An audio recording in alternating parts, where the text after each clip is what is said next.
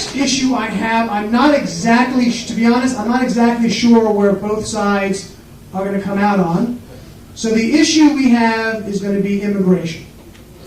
Now the question, of course, that immigration can be broken down into two parts. Legal immigration or illegal immigration. I know that I'm guessing that some of the Occupy people don't like those terms so much. But I know that the Tea Party people have no problem using the word illegal when describing immigration coming across the border who are not documented. So, this time we're going to begin with the Tea Party side. Now, I would suggest there are some people we haven't heard from on the Tea Party side. I'd like to get a little bit more of a mix going on your side on having the mic. So again, please begin. Okay, I believe we should have not illegal immigration. Everyone should be able to come in. Actually, we should just stop everybody from coming in right now so we can get our country together. And then we should make sure that when we have people come in as guest workers, they come in and get their green card, do their work, and go back to their country.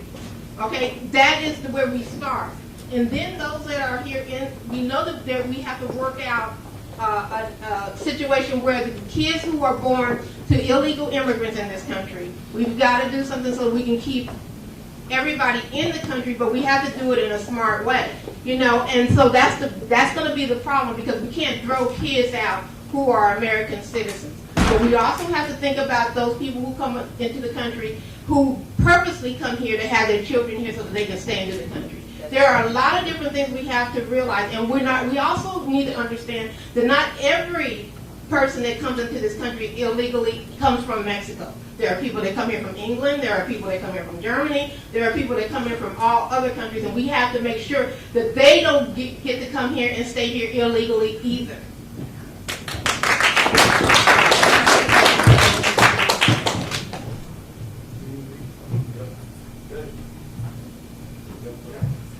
All right. I was born in New Mexico, and my family, my sister is a quarter Laguna and a quarter Hopi, Native American. And I have to say that this whole issue has been so horribly oversimplified and not respecting the wounds that this country was founded on. I don't understand how we can call people who are indigenous, First Nations people, of these continents illegal immigrants, and I have to say I respect the law, but we also have to take into account what the history of this nation is. Second of all, on a rational standpoint, we have a food crisis. Only 1% of Americans work in the agriculture industry. I fight for the 1%, called the farmers. You know what? A lot of the people I work with, they're illegal immigrants, or immigrants that have died, and their family died walking over this absurd border that was created by a bunch of colonialists, and they have died for freedom. They have died for an opportunity, and we actually very much depend on them for their knowledge and wisdom of how to grow food in our country. So, but I have to say the other part to this is that the reason that there are quote-unquote illegal immigrants coming in is because of multinational extractive policies that have destroyed their rights in their countries. And companies in our country assist in the illegal immigration of people from the South and turn them into a meat grinder over in... Before we try to change the world, can we just kind of focus on what's going on here? I'm all for changing the world and fixing things. However, the problem of immigration is a problem because of the government. The government makes it almost impossible for anybody to come into this country and actually obtain citizenship in a legal way. So what's going to happen? People are going to be here illegally. And insult to injury, the fact that they can come here and get free health care, not pay taxes, get all the entitlements that citizens should have if they'd like to have them.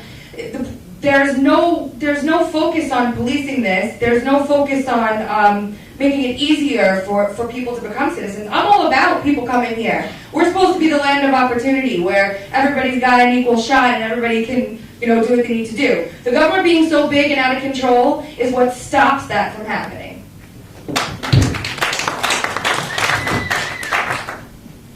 Immigration, it's too big a word, because firstly, we should be discussing refugee resettlement programs. Refugee resettlement programs are where we're importing whole communities from Somalia, for example, changing the entire landscape of a town. These are not people that are fleeing anything. The refugee resettlement status is determined not by the U.S. government, but it's determined by the UN.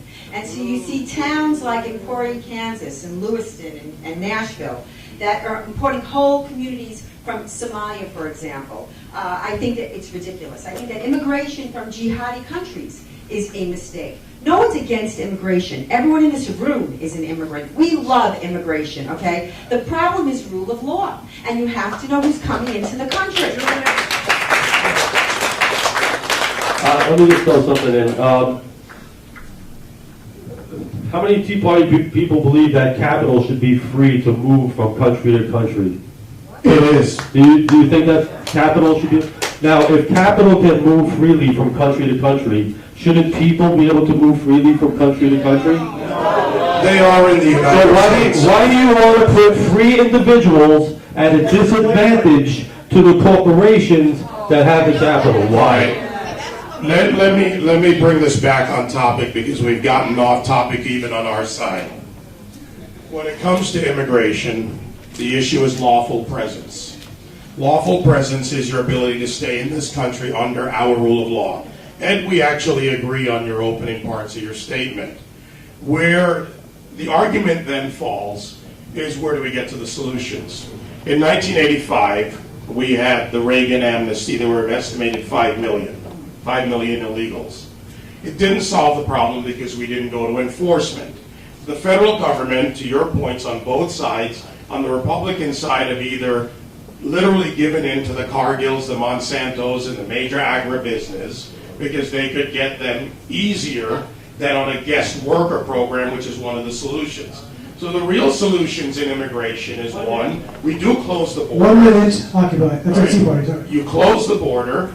That's number one. You stop the bleeding. The second thing you do is you then have to sort out the felons and those who should be here lawfully. And we can have a path to lawful presence, not a path to citizenship. Because you shouldn't subordinate the people who've been coming here legally, or the 6 million who are now online, held up by the DREAM Act, which was done by fiat by Obama.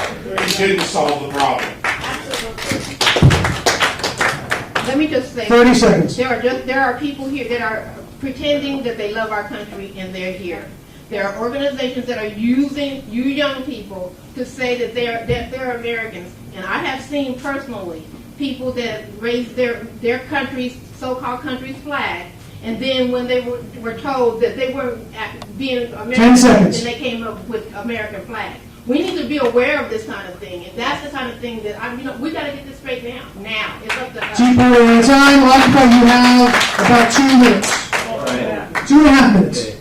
The lawful presence of immigrants that are seeking basically opportunity in this country is an absolutely vital solution, and it has to come from what I would say, hopefully, based on state rights. I don't understand how, and I typically agree with the libertarian point of view that the government, and the more centralized decision-making is, the more out of whack it is with the local reality.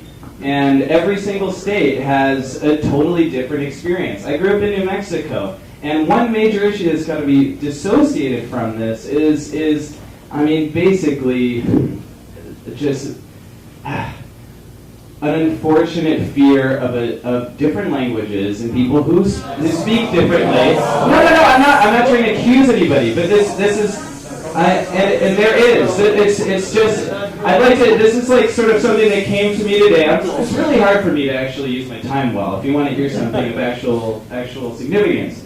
That is, if we want to be, listen, this is an interesting idea, okay? If we want to be so-called competitive with China, right? It might not be a bad idea for us to be able to speak more than one language. It's also an expansion of our awareness. I couldn't survive in this city if it wasn't for the fact that I could go anywhere and speak Spanish. I grew up in a state where white people are the minority. And it was very... No, it's just that it was a one... This is really just, I'm a little ADD. It's really hard to speak when you do this. So, it's just that we can do this in a lawful manner that disentangles. I would never accuse any of you of being racist. It's just that the media has made it impossible to hear the reasonable solutions by highlighting, unfortunately, racist individuals in every movement. We've been called racist and like all over the place, and it's completely destroyed the real goodwill to have a healing of these cultural differences and a lawful abiding of our national sovereignty that must be respected by any individual that wants to participate in our country. You got a little more time. Anyone else want to chime in from your side? I got a question. Do you believe in America's sovereignty, or do you believe that we're just another part of a piece of the puzzle? So that's where we disagree. I honestly believe that the future of the world is the United States of the world, and that our country is the model. Is the model where it is a constitution, where a country, it's not the United Nations, it's our country that holds onto its sovereignty of our constitution, that we get to uphold our laws, just as any state gets to uphold their laws. Okay. So we need to spread freedom through the way that we model our beautiful experiment of a nation. That was a very interesting debate. I just want to ask our participants here, the Occupy Tea Party, so we're clear. On the Tea Party side, how many of you believe we should have no immigration at all, close immigration right now, altogether? Anybody? Would you believe that we should be the only one to believe that? For clarification purposes? It's not a valid approach because it's an ongoing legal immigration that needs to continue. It's the illegal. No, I'm asking legal immigration. People come in, they go in line, except for you don't get supposed to close immigration. I understand. Okay. I'm saying that we have an economy problem right now. We need to get that straight. But you're saying close illegal immigration just for now? Just to take care of our business. To be clear. I'm just asking. I'm not debating it. I'm just asking. And on your side, there should be a Tea Party versus Tea Party. You know why that actually works? Because we don't work within a defined narrative. We respect From the Occupy side, how many of you believe that anybody should come to this country at any time? With restraints. We With no restraints. I'm saying that people can just move here. We experienced it in the park. It's not a great policy.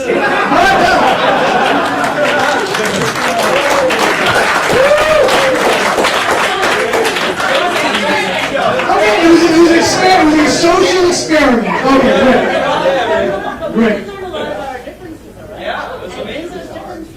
Within the Occupy movement, you mean? Of course. Okay. And I think that is really what was the most positive outcome of our experiment in the park, is that within all these differences, we were able to find commonality. Yeah. Great. And we also took care of the people that came to the park with food, social workers, psychiatrists, doctors. Okay. All right. I want to get off topic and start with the virtues of each side. Let's move on to the next topic. The next topic is going to be taxation.